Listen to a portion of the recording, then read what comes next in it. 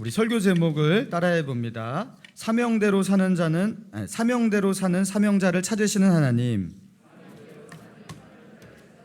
다시 사명대로 사는 사명자를 찾으시는 하나님. 예. 사명대로 사는 사명자를 찾으시는 하나님이란 제목으로 우리 본문의 말씀 중심으로 하나님의 은혜 나누기 원합니다.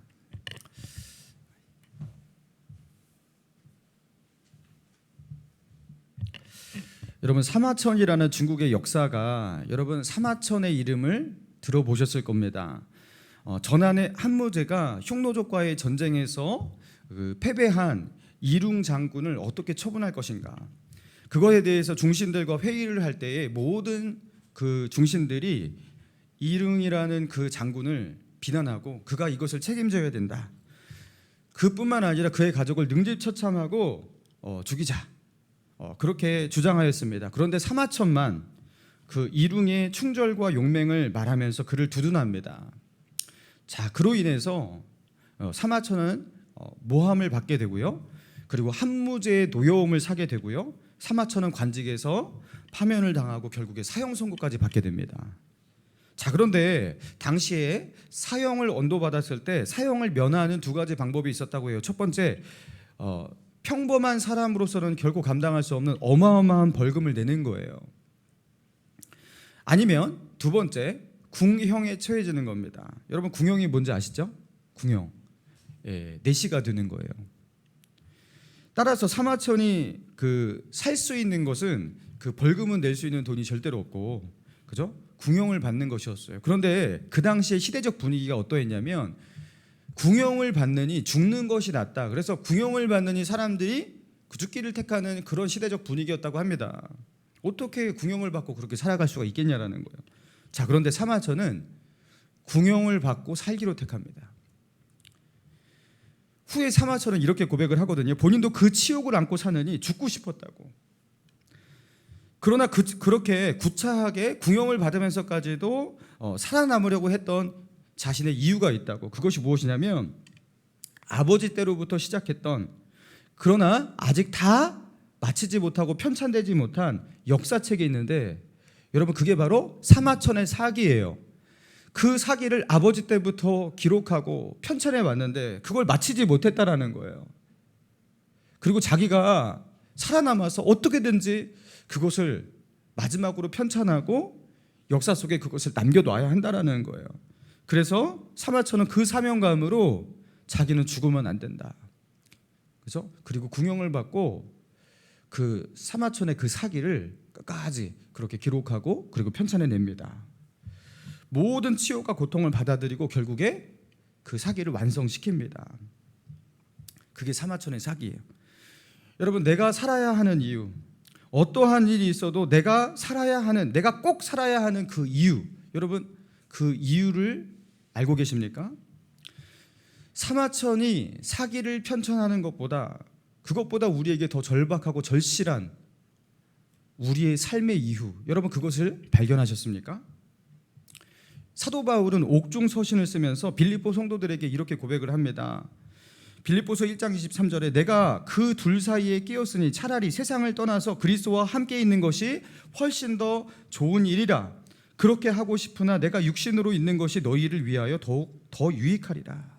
여러분, 이게 무슨 말이냐면요, 차라리 내가 지금 죽어서, 지금 감옥에 갇혀있는 사도 바울이 내가 지금 여기서 이제 인생을 마치고 죽어가고 주님 품에 안기는 것이 나에게 더욱 좋은 일이다, 나는 그렇게 하고 싶다라는 거예요. 그러나 내가 죽으면 너희 곁에 있을 수 없고 너희에게 유익이 될 수가 없다. 내가 있어야지 빌립보 성도들아 너희에게 유익이 되기 때문에 나는 살아야 한다라는 거예요. 그러니까 삶의 이유가 단지 죽는 게 싫기 때문에, 죽는 게 무섭기 때문에, 사는 게 좋은 거기 때문에가 아니라 삶의 이유가 분명히 있던 거예요. 여러분, 우리에게 삶의 이유가 무엇입니까? 우리는 왜 삽니까? 여러분, 지금 우리는 죽으면 어디 간다고 우리는 믿고 있죠? 천국이 여기보다 못한 곳입니까? 네? 여기보다 훨씬 좋은 것 아니에요? 그 예수님의 품 아니에요? 근데 왜 그 천국을 뒤로 미루면서 굳이 살아야 되는지 그 이유를 알고 계시냐라는 거예요. 그래도 오래 사는 게 좋은 것 아닙니까? 아니 지금 죽으면 천국에 간다고요. 예수님의 품에 안긴다고요. 근데 왜 살아야 되냐고 왜? 그렇죠? 여러분 이 질문을 우리에게 저돌적으로 할 필요가 있다라는 거예요. 그리고 그 답을 찾기까지 여러분 이 질문을 멈추지 않아야 돼요. 그렇지 않으면 늘 우리는 물음표만 던지고 잘 모르겠다. 나중에 알게 되겠지. 어슬렁 넘어가면서 그렇게 어슬렁 넘어가다가 결국에 죽게 되는 거예요. 여러분 내가 살아야 되는 이유가 무엇입니까? 삶의 이유가 무엇입니까? 자 그것을요 그냥 단순하게 두 글자로 사명이라고 할 수 있어요. 그리스도인이 사는 이유, 삶의 이유 결국 사명으로 요약이 되고 사명으로 귀결이 된다라는 거예요. 여러분 그런 맥락 속에서 오늘 본문 말씀 살펴봅니다. 자 오늘 본문에는 소사사 3명이 등장하는데 대사사와 소사사를 구분하는 기준에 대해서 전에 말씀드렸죠. 대사사는 사사에 대한 기록이 분량이 많기 때문에 대사사, 소사사는 기록 분량이 적기 때문에 소사사입니다. 자 오늘 본문에 나온 사사 입산, 엘론, 압돈. 자 8절에서 15절까지 8구절인데 8구절에 세 사사를 요약하고 있어요. 이 짧은 그 구절 속에 세 사사가 그냥 다 이렇게 망라되어 있어요. 자 먼저 8절입니다. 자 8절 있습니다. 시작. 그 뒤를 이어 베들레헴에 자 그 뒤를 이어 누구의 뒤를 잇다라는 거예요? 누구의 뒤를 이어서 사사 입다입니다. 그러니까 사사 입다가 죽고 사사 입다가 죽으면서 사사의 임기가 끝나고 사사 입다는 6년 동안 사사로 활동했어요. 자, 그다음에 그 뒤를 이어서 베들레헴의 입산이 사사가 되었다 말하고 있는 거예요. 자, 여기서 이제 베들레헴은 유다의 베들레헴인가 아니면 스불론의 베들레헴인가? 자, 베들레헴은 이스라엘 땅에 2군데가 있었는데 이제 보통 스불론의 베들레헴이 아닌가 그렇게 보는데 유다의 베들레헴이라고 주장하는 학자들도 있어요. 그런데 그게 중요한 게 아니에요. 자, 중요한 게 아니에요. 자, 그런데 입산이 한 일이 무엇입니까? 자, 9절과 10절 같이 읽습니다. 시작. 그가 아들 30명과 딸 30명을 두었더니 그가 딸들을 밖으로 시집 보냈고 아들들을 위하여는 밖에서 여자 30명을 데려왔더라. 이스라엘의 사사가 된 지 7년이라 입산이 죽음에 베들레헴에 자, 그가 한 일이 무엇입니까? 30명 아들 그리고 딸 30 도합 몇 명? 60명. 자, 60명이 아들 딸을 두었다. 자, 그러니까 60명이 아들 딸을 두었다라는 것은 처첩들이 한두 명이 아니었다라는 소리겠죠?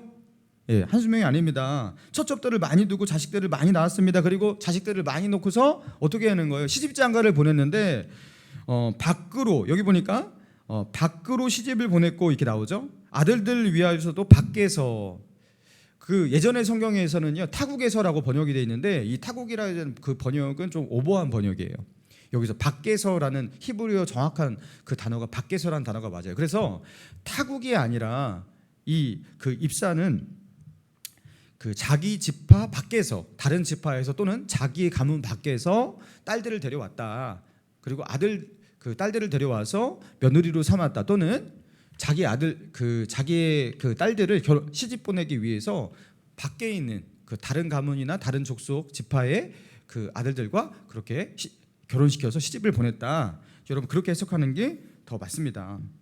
자, 그렇게 하면서 일종의 그 나라와 민족을 건너뛰는 정략 결혼은 아니지만 이스라엘 공동체의 어떤 그 자기를 중심으로 그 입산을 중심으로 그렇게 어떤 통치력과 지배력과 그 하나됨을 도모하는 일종의 정략 결혼을 그렇게 하지 않았나 그렇게 추정을 합니다. 그래서 다른 지파 다른 가문들 그들과 그렇게 시집장가를 보내고 그렇게 결혼을 시킨 거예요. 자, 여러분 그런데 생각해 보시기 바랍니다. 시집장가를 60명의 자식을 보냈어요. 그럼 60명의 자녀들을 시집장가 보내는 것, 여러분 한 명을 시집장가 보내는 게 얼마나 쉽지 않아요, 그죠? 막 뿌리가 흔들리고 막 통장 다 깨고 막 이렇게 하면서 하나 겨우 시집장가 보냈는데 60명의 자식을 그렇게 시집장가 보냈단 말이에요. 여러분 그러면은 이거는 어떻게 했다라는 거예요? 평생 동안 시집장가를 계속 보냈다라는 거예요. 자, 그런데 이렇게 자식들 시집장가 보내면서 인생이 끝날 정도로 정말 이렇게 시집장가를 많이 보냈는데 그가 이스라엘의 사사가 된 지 7년. 자, 7년. 그리고 7년 동안 사사 임기를 마치고 베들레헴에 그렇게 장사되어 죽었다. 죽으면서 이제 사사가 끝나는 거니까요. 자, 아까 입다는요 사사가 된 지 몇 년 만에 죽었다고 제가 말했나요? 6년이에요. 6년. 입사는 7년 만에 죽었습니다. 임기가 좀 짧죠. 자, 그 뒤를 이어서 또 누가 사사가 되냐? 11절 12절 시작. 그 뒤를 이어 스불론 사람 엘론이 이스라엘의 사사가 되어 10년 동안 이스라엘을 다스렸더라. 스불론 사람 엘론이 죽음에, 자, 스불론 사람 엘론, 이 사사 엘론 너무 낯설죠? 그러니까 왜냐하면 너무나 짧고 엘론에 대한 기록이 거의 없기 때문에 그렇습니다. 자, 그는 10년 동안 사사로 이스라엘을 다스렸다. 그리고 스불론 아얄론에 장사되었다. 이게 끝이에요. 그러니까 그가 사사로 어떻게 하다가 하나님께 사사로 그렇게 부르심을 받았는지, 또 사사로서 그가 한 것은 무엇인지, 보통 이스라엘 나라를 뭐 구원하기 위해서, 뭐 지키기 위해서 뭐 이런 어떤 사사의 활동이 있는데 전혀 어떤 영적 지도자로서, 군사적인 지도자로서 어떠한 일을 했다라는 언급이 하나도 없고 한 문장도 없고, 자, 그도 사사로 10년을 다스리고 죽었다, 이렇게 기록하고 있어요. 할 말이 없어요. 할 말이.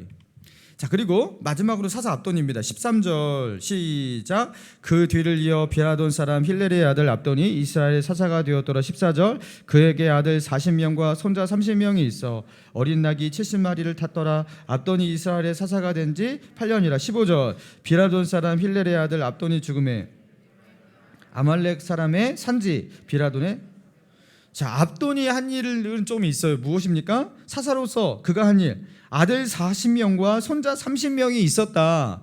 그러니까 70명, 이 손자까지 해갖고 70명. 그러니까 여기도 이제 처첩을 많이 두었던 거죠. 자, 그리고 이 압돈이 했던 일은 또 특이한 점이 무엇이냐면 자신의 아들 40명, 손자 30명에게 무엇을 주었다? 어린 낙이 70마리를 주어서 타게 했다. 자, 예전에 사사기 10장에 그 야일이라는 소사사를 언급할 때 그때 이 야일에 대한 기록을 잠깐 읽어드리겠습니다. 10장 4절에 보니까 그에게 아들 30명이 있어 어린 낙이 30을 탔고 성읍 30을 가졌는데 그 성읍들은 길라앗 땅에 있고 오늘까지 하보 야일이라 불렀더라. 이게 야일에 대한 기록인데요. 야일과 굉장히 비슷하죠. 압돈이. 자, 아들 30명에게 어린 낙이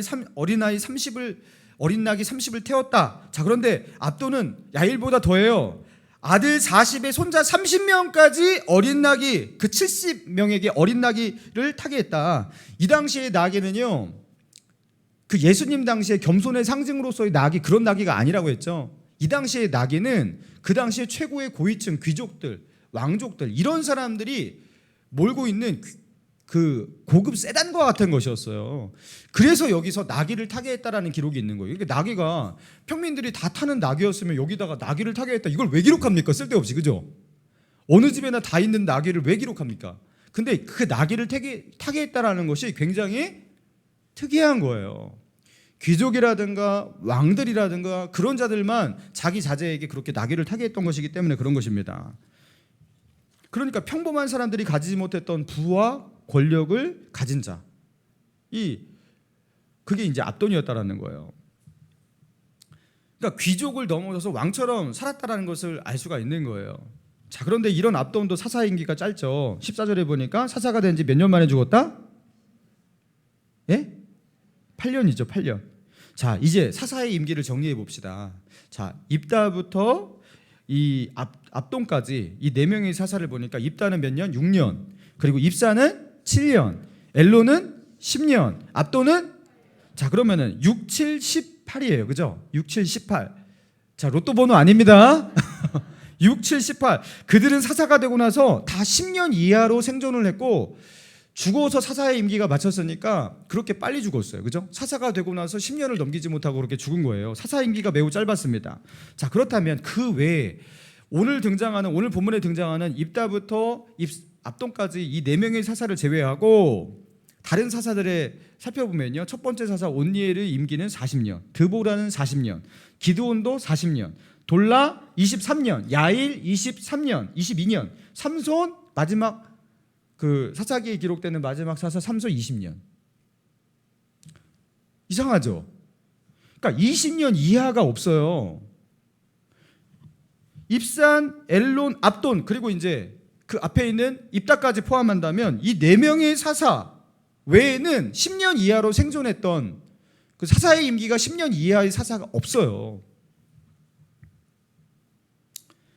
자, 그리고 입산, 엘론, 압돈 이 세 명의 사사를 말할 때 그들이 사사로서 그 사사의 직임과 그 사사의 사명과 관계된 그들의 삶에 대해서는 언급하고 있지 않아요. 한 문장조차도, 한 단어도 겨우 다스렸더라. 이게 전부예요. 입산, 압돈에 대해서는 아이를 참 많이 낳았다. 그죠? 그리고 시집장가를 다 보내었다. 그리고 죽어서 장사되었다. 아니 사사와 아무 무관한, 그죠? 이 사사, 아니 시집장가를 보냈다. 이게 사사하고 무슨 관계가 있고, 아이를 많이 낳았다. 무슨 관계가 있고, 죽어서 장사되었다. 이것도 사사와 무슨 관계가 있어요, 그죠? 사사의 직임과 전혀 관계가 없는 그 기록만 조금 남아 있어요. 전혀 무관한.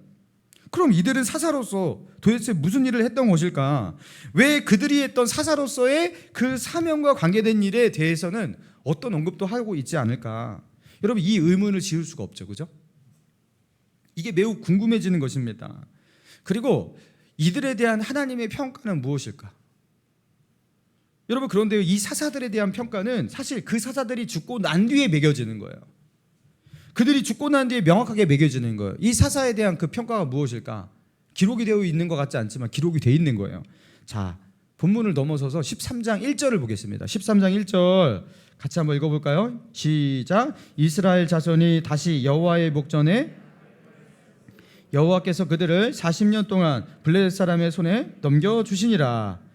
자 보세요. 사사 입산, 엘론, 압돈 이 세 명의 사사가 7년, 10년, 8년 도합 25년이에요. 25년 동안 이스라엘을 다스렸어요. 근데 25년 동안 그들이 이 소사사 세 명이 사사로서 살았던 사사로서의 그 성적표, 그 결과물, 그 하나님의 평가가 무엇으로 압축이 되냐면 사사기 13장 1절 그들이 죽고 난 뒤에 25년 뒤에 기록을 통해서 알 수가 있는 거예요. 뭐라고 합니까? 이스라엘 자손이 다시 어떻게 되었다고요? 여호와의 목전에 악을 행하였다. 여러분 사사기에 등장하는 그들이 악을 행하였다 하면 그 악이 보통 뭐예요? 우상 숭배와 이방신을 섬기는 그 영적인 타락이잖아요. 여호와 신앙을 떠나서 이방신을 섬기고 우상을 숭배하는 영적인 타락의 죄악을 말하는 겁니다. 여러분 이 세 명의 사사가 전혀 사사로서 아무 일도 하지 않았다는 건 아니에요. 이 세 명의 사사들이 살던 곳 추정해 보면 여기 보니까 기록되는 거 보니까 베들레헴, 그리고 수불론, 그리고 비라돈, 그리고 입산이 살았던 이 비라돈이라는 것은요 이스라엘 중심부 그 중심부에 있는 유명한 도시 세겜이 있죠. 세겜과 가까운 도시예요. 그래서 그 요단강 서편에 산지의 어떤 그 거점들을 가지고서 이 사사들이 활동을 했던 거예요. 그러면 이들이 거기서 활동하면서 도대체 무슨 일을 했던 것인가? 여러분 그 당시 살았던 그 거주지와 그 가나안 땅과 그 서남부의 어떤 세속 역사에서 기록된 어떤 그 상황들이라든가 이런 것들을 참고해서 볼 때 그 당시 가장 그 땅에서 융성하고 있었던 민족이, 그래서 비로소 이들 사사 뒤에 등장하고 있는 그 삼손 때에 등장하고 있는 그들의 대적이 누굽니까? 블레셋이에요.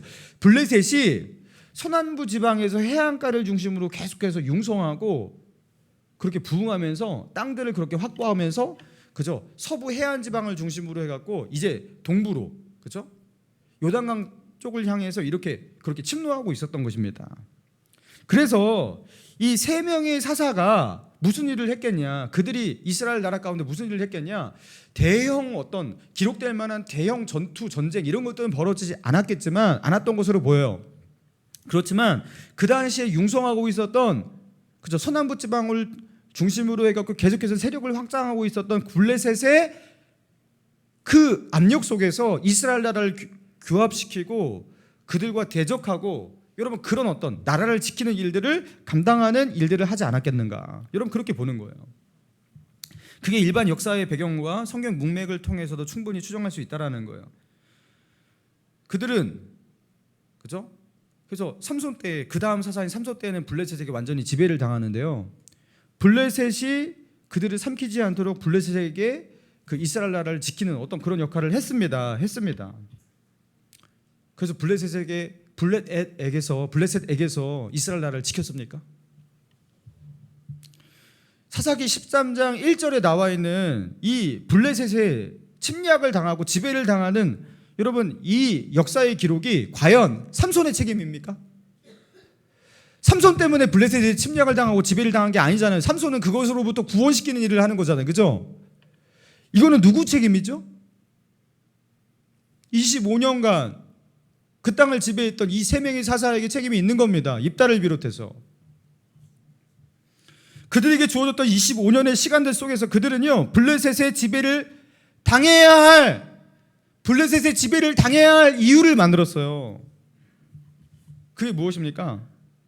그들이 사사로서의 중요한 사명, 나라를 지킨다, 다스린다. 여러분, 이거는요, 물리적으로 블레셋에게 싸워서 이겨서 단지 그것으로만 이뤄낼 수 있는 일이 아니에요. 그들이 이방 나라에게 압제를 당하고 지배를 당하게 된 이유는 블레셋이 강해서가 아니기 때문이잖아요. 블레셋이 강해서, 이스라엘 나라가 약해서가 아니에요. 하나님께서 블레셋을, 그죠? 이스라엘 나라를 침략하게 하시고, 그리고 이스라엘 나라를 이기고 지배하게 하시는 하나님에게서 이유를 찾아야 한단 말이에요. 여러분, 사사들은 자신의 나라를 지키기 위해서 해야 할 가장 중요한 일이 무엇이냐면, 군사적 지도자가 되어서 이방의 민족에게서 이 나라를 지키는 것을 넘어서서 무슨 일을 해야 되는 거예요? 하나님께서 다시는 이스라엘 나라를 이방 나라 가운데 그렇게 붙이시지 않도록, 넘기시지 않도록, 이스라엘 나라가 하나님의 징계와 심판에 넘어가지 않도록 이스라엘 나라를 어떻게 지켜야 돼요? 영적으로 지켜야 돼요. 영적으로. 사사는 영적인 구심점 역할을 해줘야 돼요. 영적 지도자가 되어줘야 돼요. 이스라엘 나라를 다시 여호와의 신앙으로 돌이키고 여호와 신앙을 지키는 나라로 만드는 지도자가 되어줘야 돼요. 그래서 그들에게 영향력을 주셨던 거예요. 그래서 사사기에 나타난 진짜 전쟁은요, 육적 전쟁이 아니란 말이에요. 이방 민족과 싸우는 전쟁이 아니라 무슨 전쟁입니까? 영적 전쟁입니다. 그래서 오늘 본문에 나와 있는 그 사사들의 임기를 볼 때 의미심장한 거예요. 입다 6년, 그 이후에 등장하는 그 입산, 엘론, 압돈 7년, 10년, 8년 6, 7, 18. 그들은 왜 사사가 되어서 임기가 이렇게 짧았고 금방 죽었을까? 왜 사사로 좀 더 길게 살도록 그렇게 만들지 않았을까? 이 시대는요, 평화의 시대로, 그죠? 사사기에 좀처럼 잘 없는 그 평화의 시대로 알고 있습니다. 큰 환란이 없는 비교적 평화의 시대. 근데 왜 그들은 사사로서의 임기가 이렇게 짧았던 것일까? 여러분, 이런 느낌을 지울 수가 없는 거예요. 왜 그랬을까? 여러분, 하나님의 입장에서 이 사사들을 지금 어떻게 그렇게 보셨냐면, 자, 넌 아니구나, 다음. 너도 아니구나, 다음. 너도 역시 아니구나, 다음. 여러분, 이런 느낌을 지울 수가 없다라는 거예요. 열왕기 하에 보면요, 북이스라엘이 아수르에 의해서 완전히 멸망하기 전에 극도로 타락한 이스라엘 나라의 그 왕들이 나라의 그 왕이 되고 나서 임기가 굉장히 짧아지죠. 뭐 3년, 2년, 심지어 6개월, 3개월까지 갑니다. 그들의 임기가 극도로 짧아지면서 하나님께서 왕들을 계속해서 바꿔요. 너도 아니야, 너도 아니야. 여러분, 그러다가 아수르에 그렇게 북이스라엘이 멸망하는데요, 그 상황과 굉장히 유사하다라는 거예요. 자, 그렇다면 하나님께서 이렇게, 자, 너도 아니구나, 다음 사사. 자, 너도 아니구나, 다음 사사. 너도 아니야? 다음 사사. 자, 이렇게 다음 사사를 계속해서 찾으시는데, 자, 그러면 하나님께서 그 사사를 결국에 찾으셨나요? 찾으셨어요. 그게 누구입니까? 이스라엘 나라의 마지막 사사가 누구죠? 사무엘입니다. 여러분, 사무엘은 제사장이 아니라 사사예요. 에브라임 지파 사람의 사사입니다. 이제 알았네. 이러신 분 계시는 것 같아요. 사사입니다. 사무엘은 마지막 사사예요. 그리고 하나님은요, 사무엘을 통해서 어떻게 하십니까? 사사다운 사사의 등장이 사무엘이에요. 그리고 그 사무엘을 통해서 어떻게 하십니까? 이스라엘 나라의 역사를 바꾸시는데, 사사 시대에서 어떻게 하십니까? 왕정 시대로 넘어가게 하십니다. 그리고 사무엘을 통해서 최초의 왕이 사울을 세우셨다가 사울이 실패하니까 어떻게 합니까? 하나님의 마음에 합한 왕, 그래서 모든 그 이스라엘 역사의 그 왕들의 모델이 되는 왕, 다윗 왕을 사무엘을 통해서 기름 부으셔서 세우십니다. 사무엘을 통해서 세우시는 거예요. 하나님은 이스라엘 나라의 역사를 바꾸고 축복할 수 있는 사사다운 사사를 기다리셨어요. 사무엘과 같은 사사가 등장하기를 기다리셨어요. 원하셨어요. 왕으로는 다윗 왕과 같은 왕이 등장하기를 그렇게 원하시는 것처럼 사사로서는 사무엘과 같은 사사를 그렇게 원하셨던 거예요. 여러분 오늘 본문이 여러분 그 뉘앙스 속에서 다음 사사, 다음 사사, 여러분 이런 하나님의 메시지가 있다라는 거죠. 사랑하는 성도 여러분, 하나님은 사사다운 사사, 사사의 사명에 충실한 사사를 구하고 찾으시는 하나님. 여러분 하나님은 지금도 찾으십니다. 그리스도인다운 그리스도인을 찾으시는 거예요. 하나님의 자녀다운 하나님의 자녀를 찾으시는 거예요. 사명자의 이름만 가지고 있는 사명자가 아니라 사명대로 살아가는 진짜 사명자를 지금도 찾으셔요. 사랑하는 성도 여러분, 하나님은 우리가 열심히 돈을 많이 벌고 자식들을 잘 키워서 시집장가를 잘 보내고 잘 먹고 잘 살게 만들어요. 그래서 차 한 대씩까지도 그렇게 선물할 수 있다면 더할 나위 없이 좋다. 나는 성공한 인생이다. 그런 거 하라고 우리를 부르신 게 아니라는 거예요. 그렇게 입상같이 앞돈같이 살라고 우리를 이 땅 가운데 부르신 게 아니라는 거예요. 우리를 하나님의 자녀로 삼으신 것은 여러분 그런 게 아니에요. 입산, 엘론, 앞돈과 같이 살면 안 돼요. 여러분 그렇게 공허하게, 그렇죠? 자식들 잘 키워서, 그렇죠? 시집장가 잘 보내가지고, 그렇죠? 에쿠스 세단 하나 그냥 아이들한테 선물해주고 내가 할 거 다 했다. 요게 요 사사들이에요. 이렇게 살면, 이렇게 허무하고 공허한 삶을 흘러가는 대로 살면 이게 몇 달이 되고 몇 달이 몇 년이 되고, 그리고 그게 우리의 인생이 됩니다. 그리고 하나님은 어떻게 말씀하시는 거예요? 자 다음. 이 시대는 실패했어. 자 다음 사사. 하나님의 희망은 다음으로 넘어가는 거예요. 여러분 우리도 이렇게 되지 않으라는 법이 있습니까?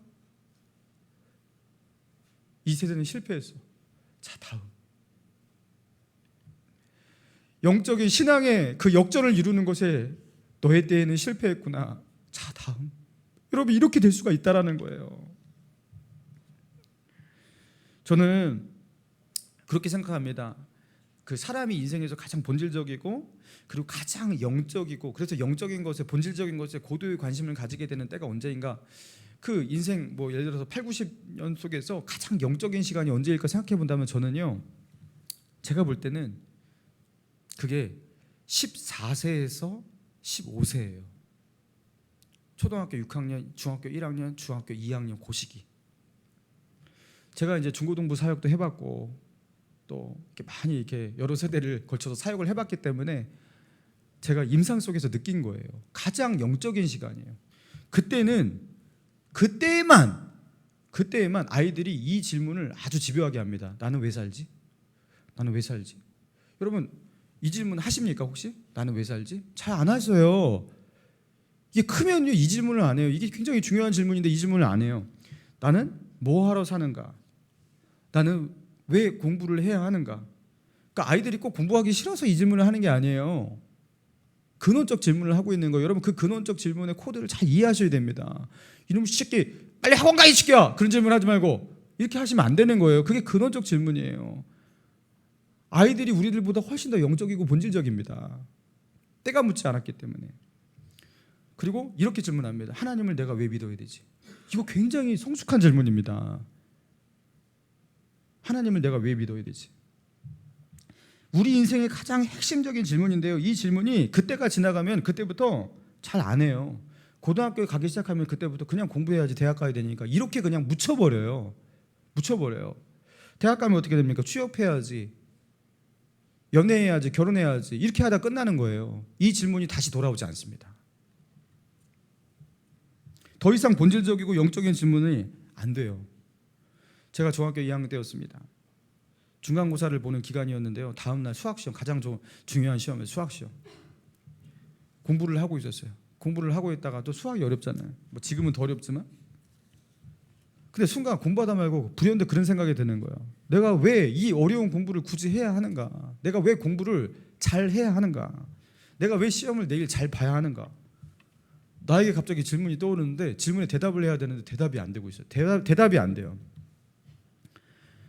갑자기 막 공부를 하는데 자꾸 이 질문 속에서 제가 너무 괴로운 거예요. 대답이 안 되니까. 아니 내가 이 수학을 내일 시험을 잘 보는 게 중요한 게 아니라 이게 내가 이 인생의 문제부터 먼저 풀어야 되지 않는가 하면서 그때 갑자기 제가 도저히 공부를 할 수가 없었어요. 아니 내일 시험 잘 봐야 되는데 이렇게 하는데 도저히 그 질문을 넘어갈 수가 없어서 그래서 그 당시 샤프를 그냥 책상에다가 꽉 꽂아버려서 그냥 던져버리고 그 당시 그 단독주택이었거든요. 옥상에 올라가가지고 하늘을 쳐다보면서 밤하늘의 별과 달을 보면서 나는 왜 사는가? 나는 왜 공부를 해야 되는가? 나는 왜 죽지 않고 지금을 살아야 되는가? 막 이런 질문하면서 다음날 시험 완전히 망쳤습니다. 저. 그래서 내가 다시는 어저께같이 그렇게 방황하면 안 되겠다, 그런 질문하면 안 되겠다라고 그 당시에 후회하면서 생각을 했지만 뒤를 돌이켜보니까 그게 하나님의 은혜였어요. 세상에 진짜 중요한 질문을 하고 있고 그게 중요한 질문이라는 걸 그때 알고 있는 거예요. 제가. 그게 다음날 수학 시험을 잘 보는 것보다 훨씬 중요한 질문이라는 거를 제가 그걸 알고 있었던 거예요. 그러니까 저는 은혜를 받은 사람인 거죠. 여러분, 열심히 사는 것보다 중요한 게 있습니다. 똑바로 사는 겁니다. 열심히 달리면 뭐합니까? 방향이 틀리는데 방향을 제대로 잡고 달려야 되는 거예요. 내가 왜 사는지 확실히 알아야 돼요. 내가 왜 사는지, 내 인생의 진짜 목적, 여러분 그걸 발견해야 돼요. 이게 그리스도인이 진짜 그리스도인으로 변모할 수 있는 기회이고 시간인 거예요. 그 질문이. 여러분 이 질문을요, 그거 옛날에 방황할 때 청소년기에 하던 질문이야. 여러분 그게 아니에요. 지금 다시 해야 됩니다. 나는 왜 사는가? 나는 무엇을 위해 사는가? 나는 왜 죽지 않고 지금을 살아야 되는가? 이 고통과 환난과 이 고난의 이 세상을 그 좋은 천국을 앞에 두고 왜 여기를 내가 계속 살아야 되는가? 여러분 이 질문을 해야 돼요. 제가 한 번은 영화관에 간 적이 있어요. 한 번은 간 게 아니라 여러 번 갔지만 언젠가 간 적이 기억이 있습니다. 근데 그 영화관에서 이제 영화를 보기 전에 뭘 먹을까 하면서 이제 메뉴를 이렇게, 그 영화를 그냥 보기에 적적하니까 뭘 먹을까 하면서 메뉴를 고르는데 팝콘을 먹기 싫었거든요. 팝콘 외에 다른 것을 찾아서. 근데 팝콘밖에 없는 거예요. 영화관에. 이 큰 영화관에서 이게 파는데 팝콘을 뭐 카라멜 팝콘 무슨 팝콘 해갖고 팝콘만 파는 거. 난 팝콘 먹기 싫은데. 그때 생각을 했어요. 아니 왜 팝콘만 팔어? 세상에 맛있는 것이 그렇게 많고 스낵들 얼마나 맛있는 것이 많아요. 아 근데 왜 나는 팝콘 먹기 싫은데 여기는 왜 팝콘만 팔어? 그런 생각이 드는 거예요. 그러면서 드는 생각이, 아 팝콘이 원가가 낮구나, 수익률을 높이기 위해서 이게 팝콘만 파나 보다, 그렇게 생각했는데 알고 보니까 이 팝콘을 왜, 여러분 영화관에서 팝콘만 파는 이유가 무엇입니까? 예? 알고 계시잖아요, 그죠? 팝콘이 씹을 때 소리가 안 나서 팝콘만 파는 거예요. 영화관에서 팝콘만 파는 이유는 딱 그거 하나예요. 팝콘은 씹을 때 소리가 안 난다라는 거예요. 소리가 아예 안 나진 않는데 가장 적게 나는 스낵이에요. 팝콘은 소리가 안 나요. 영화관에 영화를 보러 왔는데 뭐 이런 건 먹겠다고 저런 거 먹겠다고 영화 보는데 그 먹는 것 때문에 소리가 나고 방해가 되어서는 안 된다는 거예요. 조용히 먹으라는 거예요. 조용히 먹으라. 바스락거리는 소리, 씹는 소리 내지 말고 영화 보러 왔으니 너는 영화에 집중하라. 그래서 팝콘만 파는 겁니다. 이 심오한 거를 나중에서야 알았어요. 저는 우리의 인생이 이렇게 팝콘과 같아야 된다고 생각합니다. 다른 것 먹고 싶어요. 다른 것 이것저것 맛보고 싶어요. 내가 지금 뭘 하러 여기 왔는지, 뭘 봐야 하는지, 뭘 해야 하는지, 내가 먹고 싶은 거, 내가 하고 싶은 거, 내가 누리고 싶은 거, 그것 때문에 흔들려서는 안 돼요. 하나님이 우리 인생에 주신 많은 즐거움의 것들이 많아요. 많은 복들이 있어요. 근데 그것들 가지고서 야 이거 아주 괜찮고 이것은 아주 상큼한 맛이 나네, 이건 너무나 달콤하네. 여러분 거기에 우리의 생각이 머물러 있고 우리의 눈이 머물러 있어서 우리가 이 땅을 살아가는 중요한 이유와 목적, 여러분 그것을 놓치고 거기에 방해가 되어서는 안 된다라는 거예요. 그게 아무리 중요해도, 이 땅에 있는 많은 것들이 아무리 중요하다 해도, 그 수많은 맛을 내는 것들이 아무리 달콤하다 해도 그것은 결코 씹는 소리를 내서는 안 돼요. 소리가 절대로 크면 안 돼요. 딱 팝콘 정도여야 돼요. 하나님께서 우리에게 주신, 이 땅에 주신 보너스와 같은 그 축복들은 딱 팝콘 정도여야 돼요. 팝콘. 예수 그리스도 앞에서 세상에 있는 그 모든 것들은 다 팝콘입니다. 하나님이 내게 주신 사명, 그걸 위해서 우리는 여기 있어요. 하나님이 내게 보여주신 그 장면들, 그 순간들, 그리고 거기에 숨어있는 그 장면과 그 순간에 숨어있는 그 중요한 사명들, 그것은 지나가요. 그것은 지나간단 말이에요. 그것이 계속 머물러 있는 게 아니라 그 시간, 그 사명은 지나가요. 근데 그거를 팝콘 때문에 놓쳐서는 안 돼요.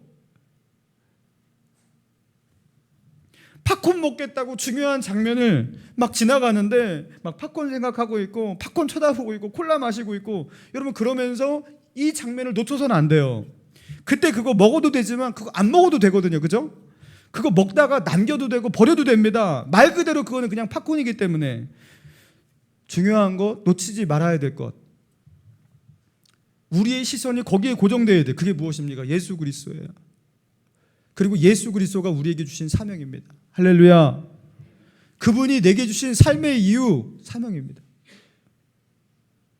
주님께서 우리를 이 땅 가운데 남겨두신 이유, 다른 것이 아니에요. 지금 죽어도 우리는 천국 가는데 왜 살아야 되냐? 사명 때문입니다. 마태복음 25장에 보면 예수님께서 그 달란트의 비유로 말씀하시죠. 어떤 사람에게는 5달란트, 어떤 사람에게는 2달란트, 어떤 사람에게는 1달란트. 그리고 그것을 종들에게, 주인이 자기의 소유를 종들에게 잠시 맡겨두고 나서 돌아와서 나중에 회개를 하죠. 결산을 하죠. 그리고 너는 내가 준 것을 가지고 어떻게 남겼느냐 하면서 다시 회개하고 결산을 하는데, 여러분 그러면서 그들에게, 그죠? 착하고 충성된 종이 있는가 반면에 악하고 게으른 종이 있다라는 거, 여러분 우리 알고 있습니다. 하나님은 우리에게 반드시 이렇게 하신다라는 거예요. 반드시. 그럼 너무 불공평합니다. 누구는 5달란트, 누구는 2달란트. 불공평하지 않습니까? 아니에요. 공평해요. 하나님께서 우리에게 똑같이 주신 것, 그게 무엇인지 아십니까? 인생입니다. 다 똑같이 단 한 번의 인생을 주셨어요. 딱 한 번만 살 수 있는, 시간을 돌이켜서 다시 살 수 없는 딱 한 번의 인생을 똑같이 주셨어요. 그리고 그 인생이라는 단 하나의 시험지 위에 우리는 지울 수도 없고 수정할 수도 없고 고쳤을 수도 없는 그 펜으로 나의 삶으로 인생을 적어내고 있는 거예요. 적어내고 있는 거예요. 그리고 오늘 본문에는 거기에 상당히 쓸모없는 것들, 쓸데없는 것들을 적어놓았던 입산과 앞돈, 이런 사사를 보여주고 있는 거예요. 너희는 어떻게 적을 거니? 그들에게 주었던 그들의 인생과 그들의 사명을 그들이 제대로 감당하지 못하고 소사사 3명, 그 25년 동안 이스라엘 나라는 다시 우상숭배의 나라로 바뀌었고, 그리고 결국에 다시 블레셋에 지배를 당하는 나라가 되었는데, 너희는 어떻게 너희의 인생을 적어 내려갈 거니? 우리에게 물어보시는 거예요. 사랑하는 성도 여러분, 다른 것은 집중하지 못해도, 옛날에 이제 집중력이 좀 약해갖고 공부를 못했다, 아쉬운 분 계시잖아요, 그죠? 여러분 공부를 못했다는 거, 그거 공부를 못했으면 다른 거라도 잘해야지. 여러분 영적인 집중력을 잃지 마시기 바랍니다. 내가 사는 진짜 이유 놓치지 마시기 바랍니다. 하나님께서 매일매일 우리에게 인생의 매일매일을 주셨는데, 그거는요 그냥 주신 게 아니에요.